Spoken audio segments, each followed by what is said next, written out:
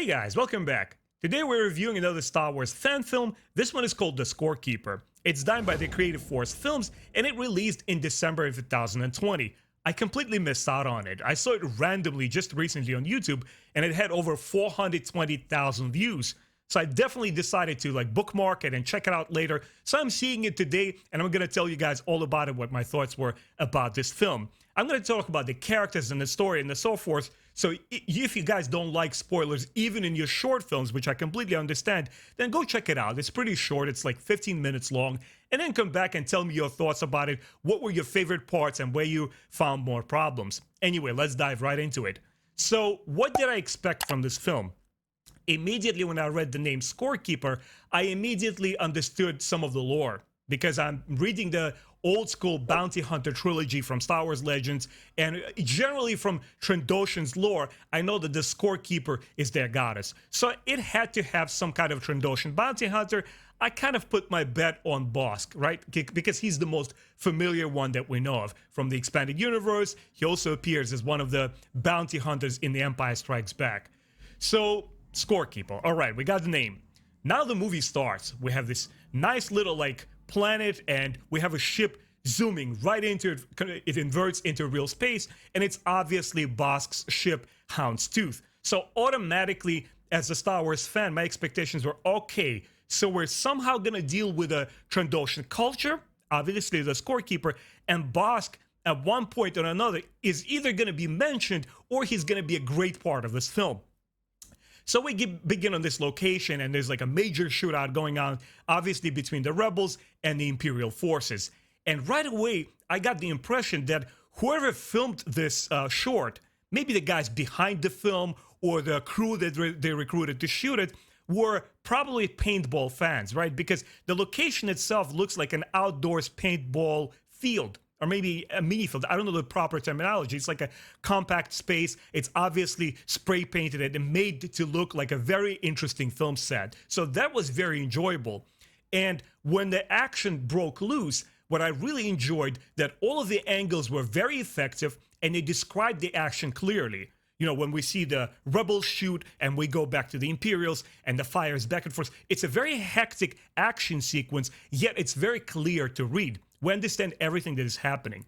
So the kinetic action, all the blaster bolts, everything that's shooting in the walls, killing people, oh wow, this is pretty impressive. I was immediately on board with this film. And I really enjoyed how all of the guys from the rebel side, they're using different call-outs and they're calling on the military attacks. And it's like, hey, 12 o'clock over here, you know, these stormtroopers are coming from this side. And then eventually, of course, they capture the stormtrooper group in a crossfire and they eliminate them from both sides. So once again, I thought the attention to detail was spot on. It was almost like watching, obviously, a fan-made version of Rogue One, like a darker, grittier version of Star Wars that we all came to expect from a Rogue One film. And of course, the moment that the Predator guy enters with the minigun and he just blasts the remaining troopers, I was like, oh, I know what this is. As a huge Aliens and Predator fan, I'm like, this is a nice little cameo from the Predator. And the guy just walks in. He's also either smoking a cigar, he's chewing a tobacco. I'm like, okay, this is nice. I'll buy this. But then, once again, enter Dr. Aphra that we know from the recent Marvel Star Wars comic books. I knew who this character is. I haven't read up on her latest independent standalone comic books, but I knew her from major comic book events. I'm like, hold on a second. Dr. Aphra is in this film? All right, this is cool. This was a pleasant surprise for me that I totally did not anticipate. But the moment that they cuff her, right, we see this little major from the rebels, I gravitated towards that actor right away because he had that very commanding posture and tone. Like you could believe that this guy's a military dude. He's like, okay, you do this. He's giving out commands. He says, okay, cuff this girl over here. We don't know who she is. She's a unknown factor. She could go either way. Just cuff her. And the moment that they do so, obviously Aphra starts complaining. I got to give out the shout outs to the actress. She's doing an excellent job portraying the character. And as they leading her out, and now we're in a Griffin Forest, as one of the characters says, I'm like, okay, is this going to be a crossover with Predator Universe? Is the Predator going to jump out sooner or later? I'm like, no, it didn't look that way. because I believe within the halfway through the film, maybe that would give us like some kind of a hint that, hey, you know what, this is not a purely Star Wars picture. We're gonna have Predators in it. Nothing of the sort happened, so I was like, okay, so this is probably a take on, obviously, famously, on the Predator film. This is very clever stuff. I was so entertained by it. Guys, I'll be frank with you. Please don't crucify me. I enjoyed the short film more than the recent Prey film from Hulu. I did not like that film one bit. I just said something about it on Twitter, and the whole post just exploded. Everybody went crazy. Oh, man, you didn't like this movie? I didn't like it one bit. It's just that it was so on the head, on the nose, like she's just a powerful, strong female character. I just didn't feel like this female character was developed very well. That's the end of it. Here, Aphra, she's kicking butt. She's biding her time, and she's outsmarting these rebels, because I don't know what her game is, but as this predator, this thing, this presence that is watching all of the rebels starts attacking them, this is the time when Aphra sees the opportunity and she acts upon it, which I thought, once again, was very clever. She's not going to confront the entire rebel group independently, just out of nowhere, just pick up one of their blasters and start shooting. She bides her time. I'm like, okay, wait a second. Is she somehow connected with BOSSK? Because we have yet to see him in the film. Anyway, the whole action sequence was really cool. She's like, has like fist-to-fist fights there. She blasts the guys, but she's trying to stun them because she's trying to get bounties on them, which once again made sense to me. The film itself doesn't take itself too seriously. It is obviously a play on the Predator scene, but at the same time, it's well thought out. It's believable. I can suspend my disbelief and say, okay, this is what Aphra probably would be like. She wouldn't confront people head on. She's clever, she's intelligent, and she would outwit and outmaneuver her opponents.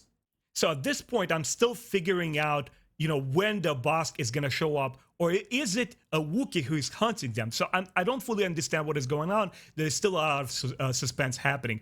But once all of the guys just stand in line synchronously and they just start blasting their trees, guys, I laughed out loud. This is just such a perfect, beautiful, and goofy homage to the Predator film. I just love it. It's like no bars held, like just adrenaline rush and like just sausage fest, just muscular dudes standing there with guns and blasting through the forest. It was just really fun and hilarious, and I really enjoyed it a lot. But Aphra wins at the end, right?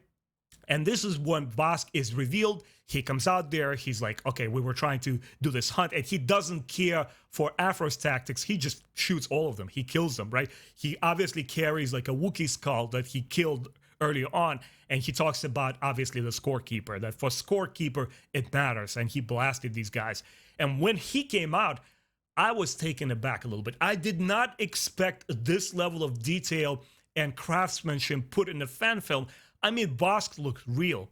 Obviously, for the most, immediate stuff, like when you see his mouth is not fully formed, it's not fully animated, it's not moving, you could easily forgive it. This is not a full production, Disney Plus volume show. It's just a fan film. But still, his eyes are animated, they're moving. Pieces, like parts of the face, are also moving, and the mouth is doing a little bit of that. That was enough for me. The costume, the facial sculpt, everything was on point. He was absolutely amazing. And I think it's a theme that goes throughout the entire film.